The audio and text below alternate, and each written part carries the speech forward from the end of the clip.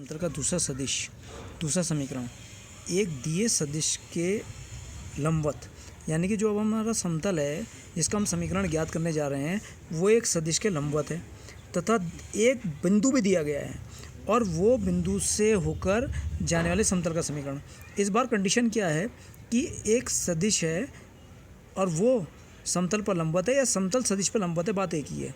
तो एक दिए गए सदिश के लंबवत और दिए बिंदु से जाने वाले और एक बिंदु से होकर ये समतल जा रहा है और इसका समीकरण हमें ज्ञात करना है।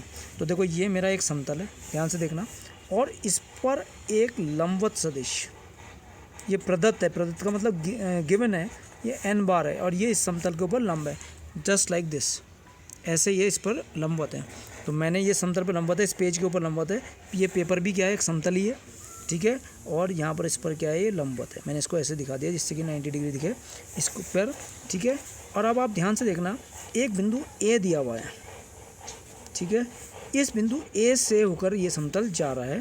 तो ए के निर्देशांक हमने x1, y1, z1 मान लिए, ठीक है।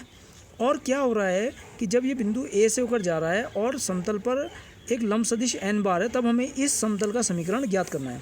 तो कहीं ना कहीं मूल बिंदु होगा, तो मूल बिंदु हमने यहाँ ले लिया O, ठीक है। और जब मैंने क्या करा कि इस मूल बिंदु को A से मिलाया,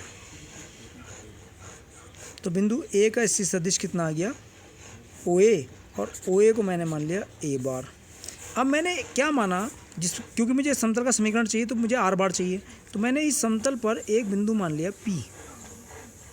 क्या मान लिया, बिंदु P मान लिया, ध्यान दो, बिंदु P मान लिया। और P के निर्देशांक मैंने मान लिए x, y, z।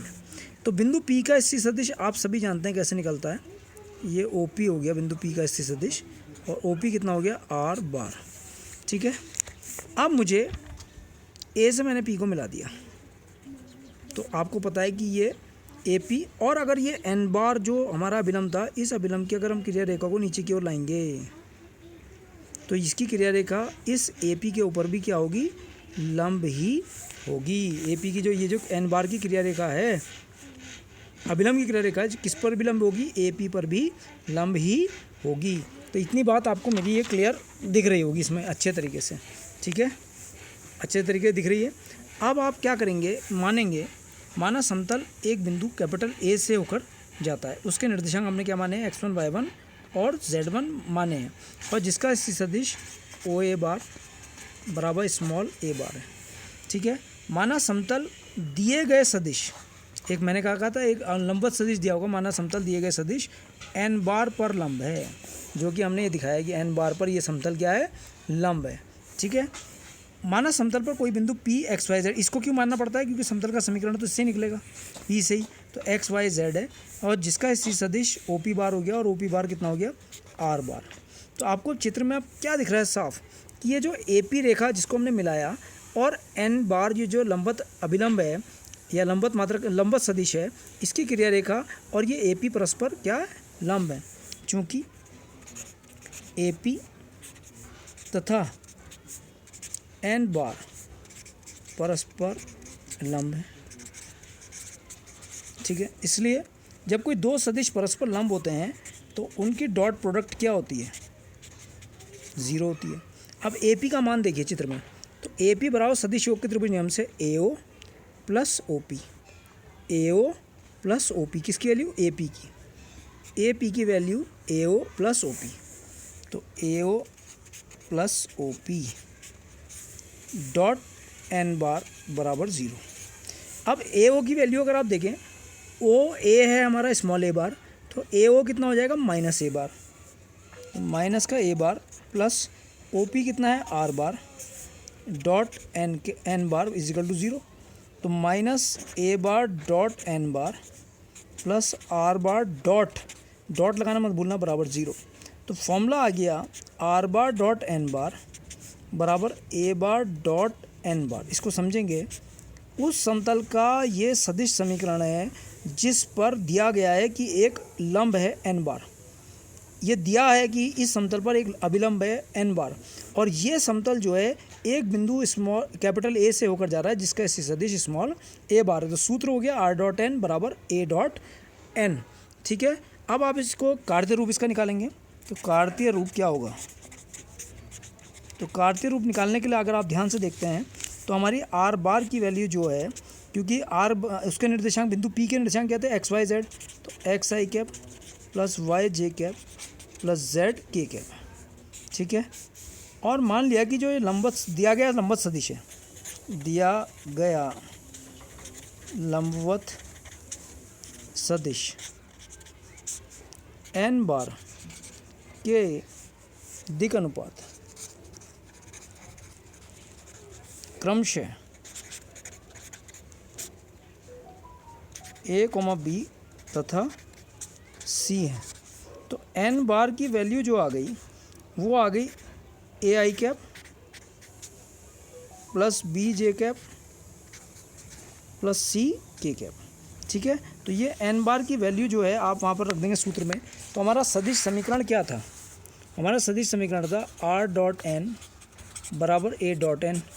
तो r बार की value X I cap plus Y J cap plus Z K cap, और a बार की जो वैल्यू है वो A I cap plus B J cap plus C K cap, और dot A बार की जो वैल्यू है वो तो बिंदु है, सॉरी, ए बार की value x one I cap Y one J cap और जेड वन के कैप, ये बिंदु है ना। ए बार बिंदु ए का स्थित सदिश है जिसके निर्देशांक क्या थे? बिंदु ए का स्थित सदिश ओ ए बार बराबर A bar X one I cap plus Y one J cap plus Z one K cap, ठीक है।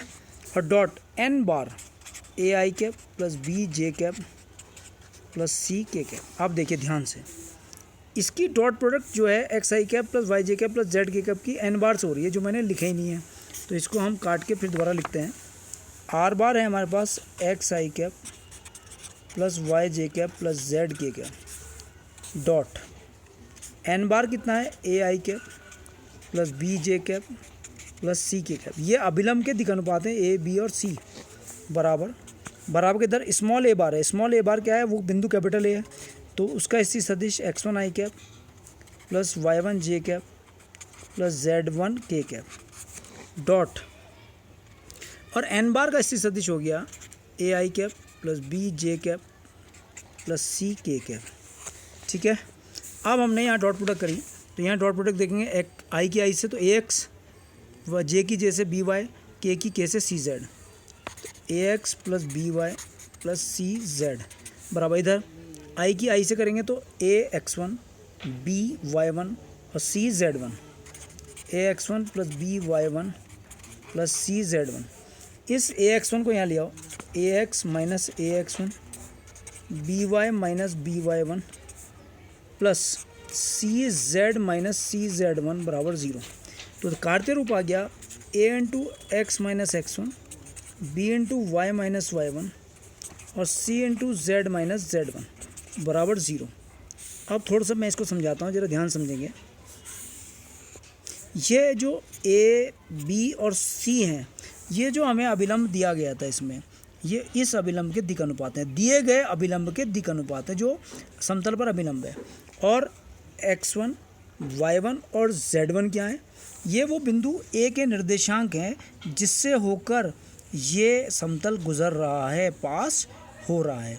तो इसका ये कार्तीय रूप आ गया A into X minus X one plus B into Y minus Y one plus C into Z minus Z one बराबर 0। और इसका कौन सा रूप? सदिश रूप आर डॉट एन बार बराबर ए डॉट एन बार है।